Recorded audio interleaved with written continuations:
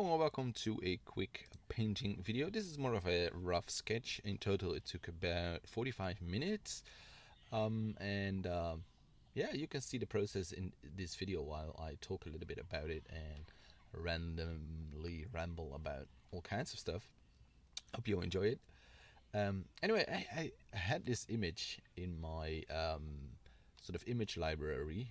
I downloaded it somewhere. I don't know, somewhere from the internet, and I don't know. It's a cool image. The dude is looking to that village, and thought, you know what? Let's make something else that he can look at. I did a quick sketch earlier this week as well. I posted on the community tab, and I made something different with the same image, and I might actually do something more with it, as in keep making stuff with using this while using the same base. I don't know. We'll see. Maybe I will do that in the future. But I didn't really know what to paint. I didn't really sketch anything. I was not very well prepared this week. I was busy with other stuff. I'm trying some new meds for my ADD. They kind of work really well actually, but there's some stuff to get used to. Hopefully, it will get better in the future, and we can actually get more productive, which seems to be the case actually. So that's really cool. So hopefully that shines through in the channel at some point. Anyway, yeah, it's just a quick sort of painting on top of a photograph. I kind of like that process actually. Um, I'm not always using the photo as a part of the image. And for this one, I do. Usually, I only use the color palette. It's so much quicker, and you just grab a image with a cool color palette that you want to use, and you have that color palette instantly without having to handpick the colors. I don't know. I don't know. It's just it saves a lot of time and it's really quick. So yeah, I'm just dabbling with the rocks. I want them to be sort of spikes that erupt from the ground.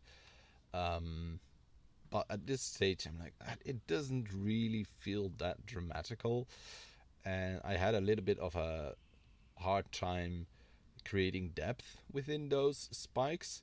I probably should have added with some foreshortening and added some spikes that come sort of towards the dude.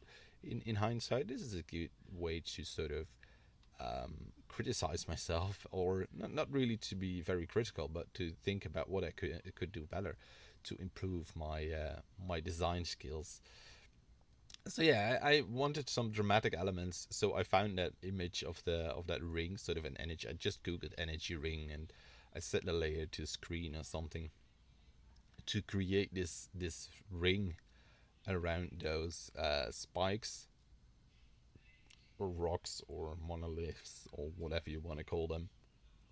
And then I started to experiment with these sort of pinkish, almost lightning cracks in the rocks for dramatic effect. And I think that the image became quite a bit better with that. And then I added a lot of splatter, and I modified some of it into actual rock pieces and stuff like that, like as if it's a really vicious eruption, or maybe it is sort of frozen in time and the dude is like, what is going on there? So maybe this is just hanging there, maybe slowly rotating the floating rocks around the actual spikes there. That would be cool in a sort of an animation. And if you were to sort of do this as a concept art, you could probably put some notes there, maybe point some little arrows like this is slowly rotating. They're floating in space, but they're rotating around the axis of the ground spikes there. So yeah, some more touching up. As I said, it's a really rough sketch.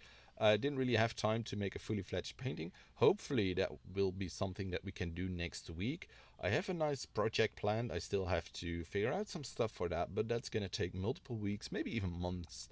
But I think it's a really cool, a really cool project to work on.